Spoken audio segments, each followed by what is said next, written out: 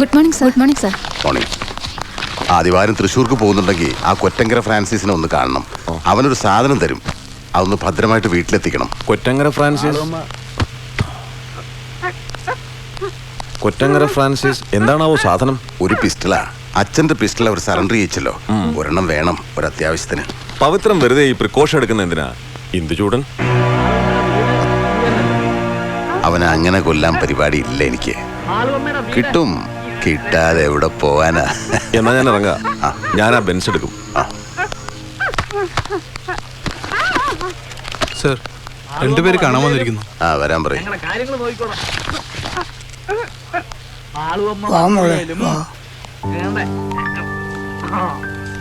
ഇരിക്കൂ.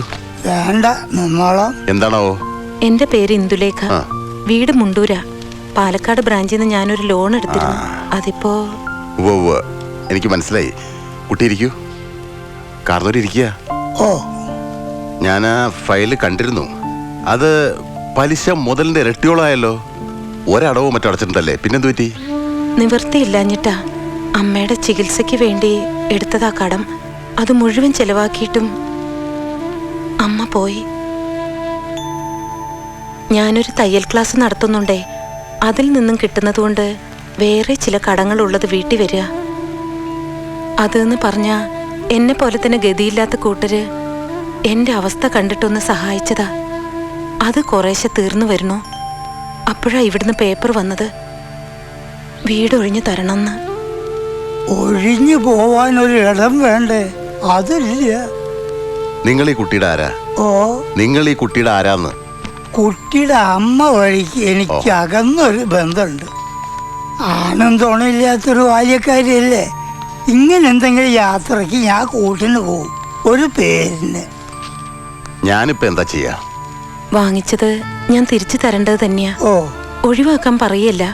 പലിശ കുറച്ച് ആ സ്ഥലം ഇങ്ങോട്ട് എടുത്തോളൂ. എന്തെങ്കിലും ബാക്കി എനിക്ക് തന്നാ മതി. അത് കിട്ടിയാ ബാക്കിയുള്ള കടങ്ങൾ കൂടി വീട്ടായിരുന്നു. ഞാൻ പാലക്കാട് ബ്രാഞ്ച് മാനേജറായിട്ടൊന്ന് ആലോചിക്കട്ടെ.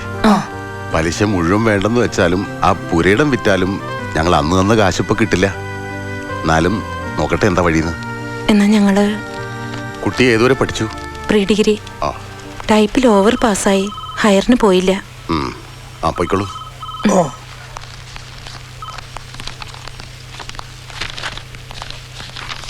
ഏതാ?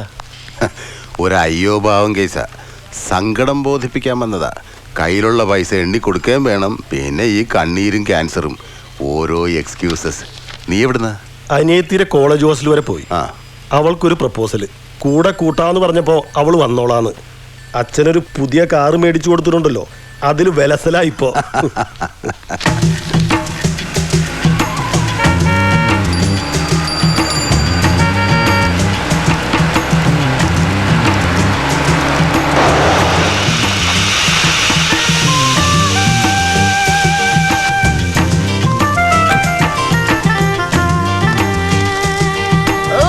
God, my foot.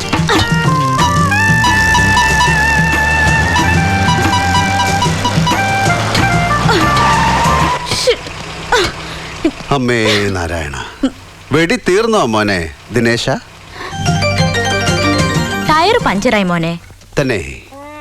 അത് തന്നെ ഞാൻ മലയാളത്തിൽ ചോദിച്ചത്, വെടി തീർന്നോ മോനേന്ന്. ചേട്ടാ, ഈ ടയർ ഒന്ന് മാറ്റിയിടാൻ സഹായിക്കോ? ഇല്ല ഇല്ല ഇല്ലേ? ഇല്ല. എന്നാ ജംഗ്ഷൻ വരെ ലിഫ്റ്റ് താ. എനിക്ക് അർജന്റ് ആയിട്ട് വീട്ടിലെത്തണം. എന്റെ കല്യാണത്തിന്റെ പ്രശ്നമാണ്. കല്യാണോ? കൺഗ്രാറ്റ്സ്. ആരാ പെണ്ണ്? That's a good one.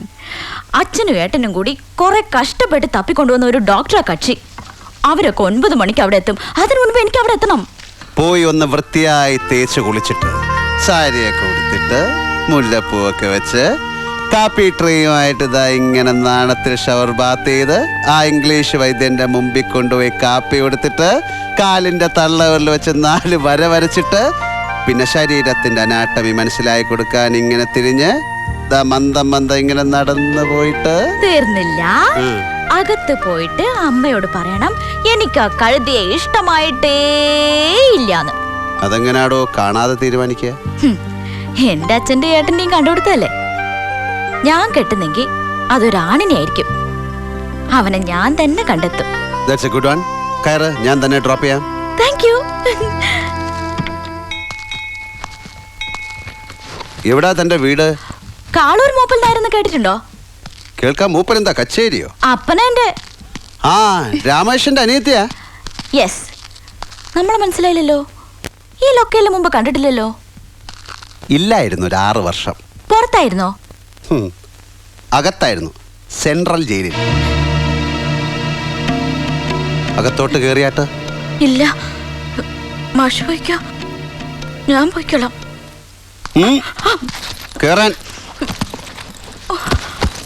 Indu ചൂടൻ. ഇന്ദു ചൂടൻ അതെന്റെ പേരാ. ഓ, വീട്ടിലമ്മ അച്ചു എന്ന് വിളിക്കും, നാട്ടിലും ചിലര് അച്ചു, അച്ചുവേട്ടാന്നൊക്കെ വിളിക്കും. എന്താ പേര്? ഇന്ദുച്ചു. അച്ചുവേട്ടൻ. അതെന്റെ പേര്. ഞാൻ ചോദിച്ചത് തന്റെ പേര്.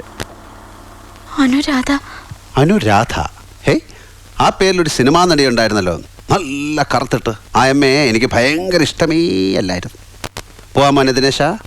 ആ,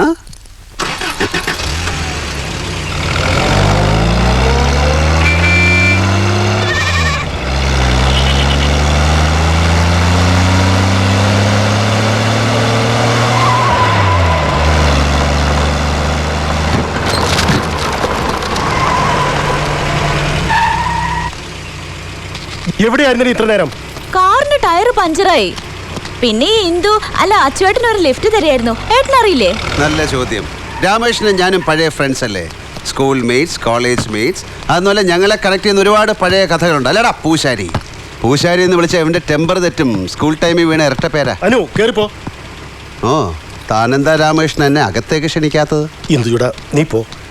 എന്റെ പെങ്ങളെ കാണാൻ ഒരു കൂട്ടർ വരുന്നുണ്ട്. പറഞ്ഞു തൻ്റെ അനിയത്തി. അവള് കൊള്ളാവടോ. തനിക്കും തൻ്റെ അച്ഛനും ഇല്ലാത്തൊരു സെൻസ് ഓഫ് ഹ്യൂമറും ഒരു ക്യാരക്ടറും ഉണ്ടാ കൊച്ചിന്. മോനെ ദിനേശ, കൊള്ളാവുന്ന വല്ലവൻ്റെ കൂടെ പറഞ്ഞു വിടാവള്ളേ. അറിയോ നിനക്കവരെ? കോലപ്പുള്ളിയാ, കോലപ്പുള്ളി. എന്ത് ധൈര്യത്തിലാണ് നീ അവന്റെ കൂടെ വണ്ടി കയറി വന്നത്? പെണ്ണ് കാണാൻ വന്ന കൂട്ടര് നിന്നെ അവന്റെ കൂടെ കെട്ടിയെടുക്കുന്നത് കാണാൻ ഇവിടെ ഉണ്ടായിരുന്നാൽ എന്താ സംഭവിക്കാന്നറിയോ? ആ എണ്ണം കേട്ട നായിന്റെ മോന്റെ ദൃഷ്ടി പതിഞ്ഞാ മതി, പിഴച്ചു എന്ന് കരുതുന്ന നാട്ടുകാര്.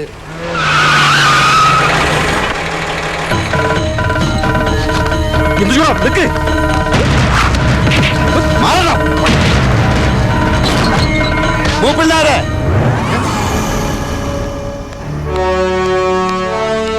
എന്റെ ദൃഷ്ടി പതിഞ്ഞിട്ട് പിഴച്ചുപോയ എത്ര പെണ്ണുങ്ങളുണ്ടോ തന്റെ തറവാട്ടില്?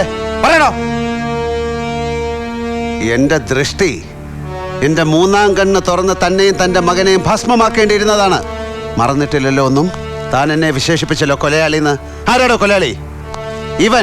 ഇവനല്ലേ അത്? പോൾ ആസാദ് എന്ന എന്റെ സുഹൃത്തിനെ ബിയർ ബോട്ടിൽ പൊട്ടിച്ച് പള്ളക്ക് കയറ്റി കൊന്നവൻ ഇവൻ. ഇന്ദു ചൂടന് സിവിൽ സർവീസ് ലിസ്റ്റിൽ 1-ാം റാങ്ക് കിട്ടിയത് ആഘോഷിക്കുകയായിരുന്നു ഞങ്ങൾ. അതിനിടയിൽ ഈ നാറി മുൻ വൈരാഗ്യത്തിന്റെ പേരിൽ ചെയ്ത തന്തയില്ലാത്ത പണിക്ക് പോലീസ് അറസ്റ്റ് ചെയ്ത് എന്നെ അറസ്റ്റ് ചെയ്യിച്ചു. താനും മണപ്പള്ളി മാധവൻ നമ്പ്യാരും കൂടെ CI ശങ്കരനാരായണനെ കൊണ്ട് എന്റെ കയ്യിൽ വിലങ്ങ് വെപ്പിച്ചു. എല്ലാം പഴങ്കഥകളായി, കർമ്മദോഷത്തിന്റെ ശാപഫലമായി കരുതി എല്ലാം മറക്കാൻ ശ്രമിക്കുന്ന എന്നെ ഒരു വെറും വാക്കിന്റെ മുന കൊണ്ടുപോലും ഇനി കുത്തി നോവിച്ചാൽ കത്തിച്ചു കളയും ഞാൻ പച്ചയ്ക്ക്. മനസ്സിലായടോ കോപ്പിൽ നായരെ?